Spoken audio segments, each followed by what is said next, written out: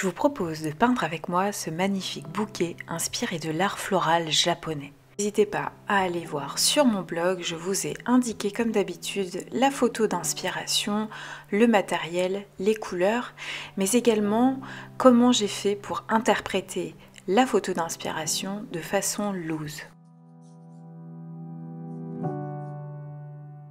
Je commence par dessiner le vase avec un crayon de papier.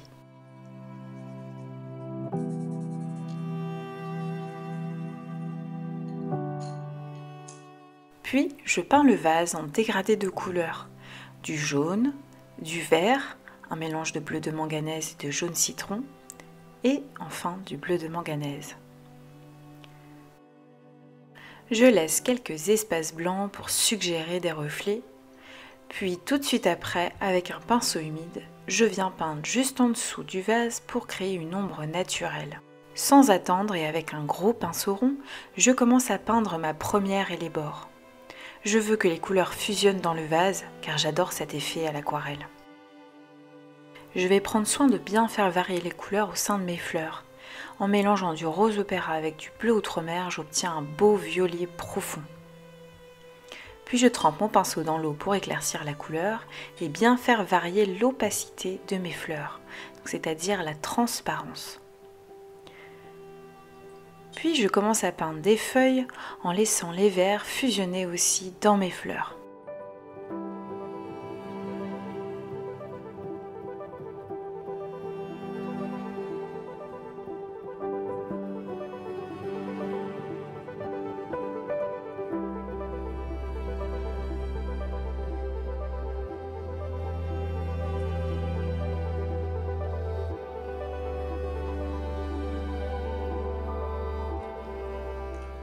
Puis je prends mon pinceau à longue touffe et avec du jaune citron, j'ajoute un cœur à ma fleur.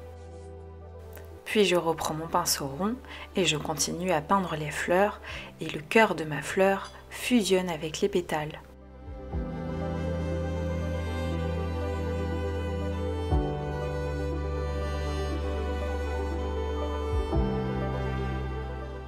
Et toujours avec cette même couleur, je viens peindre quelques feuilles ici et là.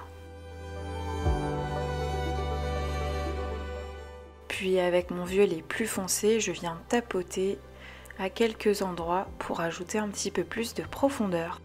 Avec mon pinceau à longue touffe et du vert clair, je viens ajouter une tige. Avec un crayon aquarellable marron, puis un rose, vous pouvez utiliser un simple crayon de couleur, je trace les branches qui partent sur le haut à gauche du bouquet. Je veille à bien tenir mon crayon assez haut pour garder un geste souple. J'ajoute aussi quelques petits détails sur les branches avec mon crayon.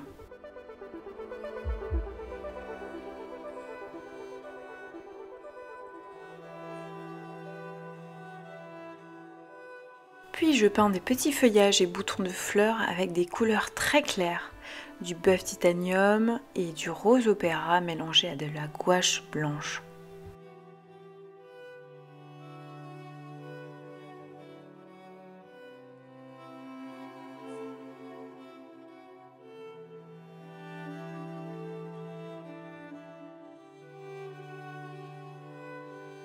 Ici, j'utilise un geste en forme de tourbillon pour créer le centre de ma fleur avec un mélange de rose opéra et de gouache blanche. Puis je viens tapoter avec un petit peu plus de rose opéra pour ajouter de la profondeur.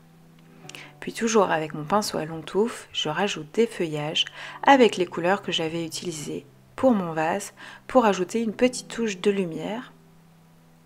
Je continue à présent avec mon violet foncé, rappelez-vous c'est un mélange de bleu outre-mer et de rose opéra. Avec un pastel jaune, je viens ajouter des centres à mes fleurs, pas toutes, mais juste quelques-unes pour faire varier les couleurs et les effets. Si vous n'avez pas de pastel aquarellable comme les miens, n'hésitez pas à utiliser ceux de vos enfants par exemple, ou des crayons de couleur. Je veille également à bien respecter la perspective en faisant varier les angles de mes fleurs.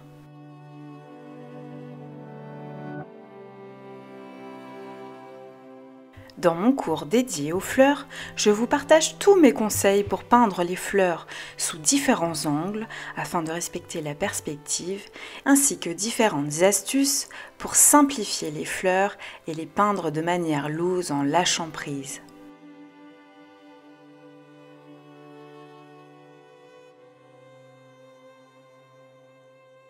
J'ajoute une petite touche de l'un de mes mélanges de couleurs préférés, du jaune de Naples, plus du rose opéra et une petite touche d'orange de cadmium.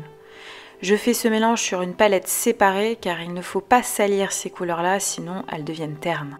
J'adore ajouter une petite touche d'une couleur aussi saturée, je trouve que ça attire le regard sur le bouquet. J'ajoute ensuite une touche de sépia, c'est un marron foncé, à mon violet et je peins des feuilles. Puis je reprends mon crayon pour continuer à travailler sur les branches. Avec une lime à ongles, je frotte mon crayon aquarellable marron pour créer une fine poudre et ajouter de la texture. Ceci est ma petite touche personnelle que j'ajoute souvent sur mes aquarelles.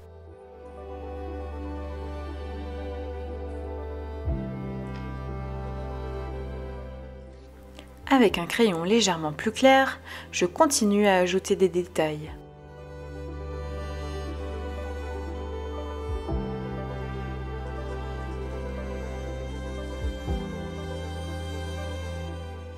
Je peins quelques fleurs roses, puis je trace les tiges au cutter.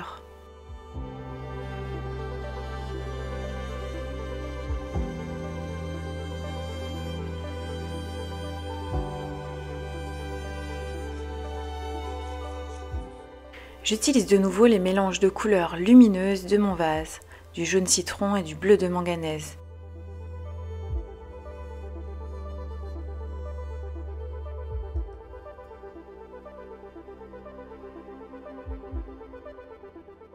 Je continue aussi à aller chercher mes roses déjà prêts sur ma palette de mélange.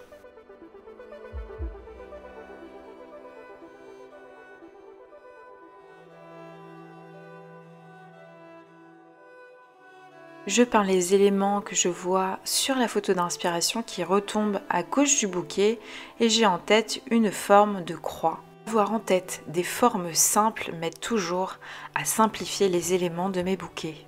Puis j'ajoute les tiges avec mon pinceau à longue touffe qui est parfait pour tracer de fines lignes. Je peins une autre petite branche de feuilles avec du rose pâle et j'ajoute un petit peu plus d'intensité en venant tapoter avec mon violet foncé. À présent, je veux ajouter du contraste à mon bouquet. Je peins tout d'abord le centre de cette fleur avec du rose opéra pur, une couleur très vive qui va ajouter de la saturation au bouquet.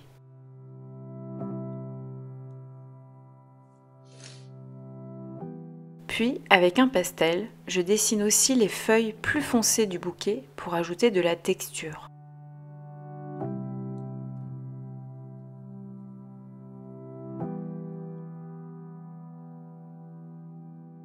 J'ajoute ensuite des feuilles très claires avec un pinceau Filbert-Grenier pour remplir les espaces vides du bouquet mais sans trop charger l'ensemble. La couleur est très diluée dans l'eau. Ce type de pinceau est très pratique pour créer des traces variées mais pas du tout obligatoire. Vous pouvez le remplacer par un pinceau rond ou éventail si vous souhaitez plus de texture.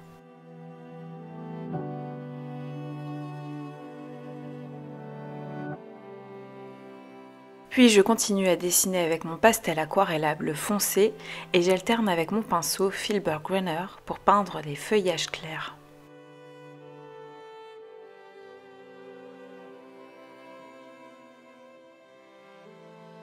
Puis je continue à ajouter des détails au crayon. Ici c'est un crayon de couleur jaune ocre.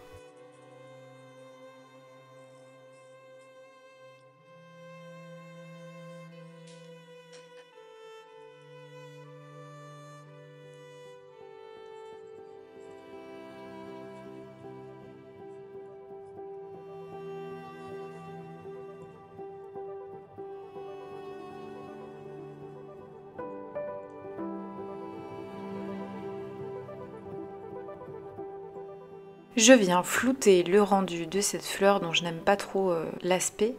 Donc avec mon gros pinceau, je viens flouter tout ça en venant frotter mon pinceau humide directement sur le vase. J'ajoute quelques petites gouttelettes en venant tapoter sur le manche de mon pinceau. Puis je continue à peindre les feuilles avec des mélanges de rose et de bœuf titanium.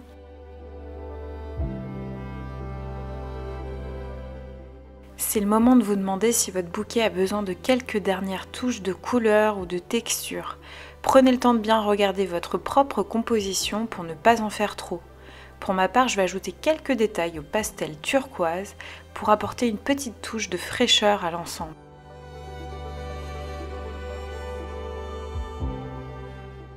Avec mon crayon marron foncé, j'ajoute quelques détails sur le cœur des fleurs.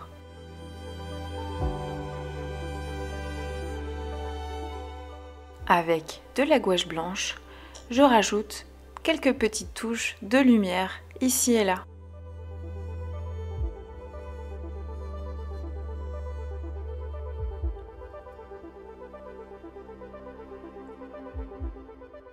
Puis ici, je voulais ajouter le cœur d'une fleur un petit peu plus foncée, mais j'avais trop d'eau sur mon pinceau. Je vais chercher un petit essuie-tout et hop, je tapote pour effacer.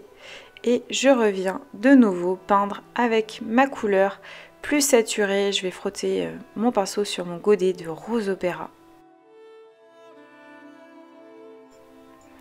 Puis avec mon cutter, je viens dessiner sur les pétales des fleurs pour créer des nervures. Attention, cet effet ne fonctionne que sur la peinture encore humide. C'est pourquoi je vous recommande vraiment de travailler sur un papier 100% coton qui va rester humide plus longtemps qu'un papier en cellulose. Je termine par quelques gouttelettes avec du jaune citron pour la touche de lumière finale. Pour cela, il suffit de tapoter sur le manche de votre pinceau. N'hésitez pas, si vous avez des questions, je suis disponible pour vous répondre. Je suis ravie de vous présenter aujourd'hui mon cours sur les fleurs loose à l'aquarelle. J'ai passé plus d'une année à peindre des fleurs à l'aquarelle dans un style loose et spontané. En effet, quelques semaines après la naissance de ma seconde fille, Lila, j'ai décidé de me lancer dans un challenge de peindre tous les jours des fleurs loose à l'aquarelle pendant 100 jours. Un challenge qui s'est finalement prolongé pendant toute une année. Pour rendre cela possible, malgré le peu de temps que j'avais pour moi avec un nouveau-né, j'ai aménagé un petit coin dans mon salon avec un plateau aquarelle pour avoir toujours l'essentiel à portée de main. Ce petit rituel quotidien m'a vraiment permis de révolutionner ma manière de peindre à l'aquarelle et j'ai décidé de vous partager tout ce que j'ai appris dans ce cours.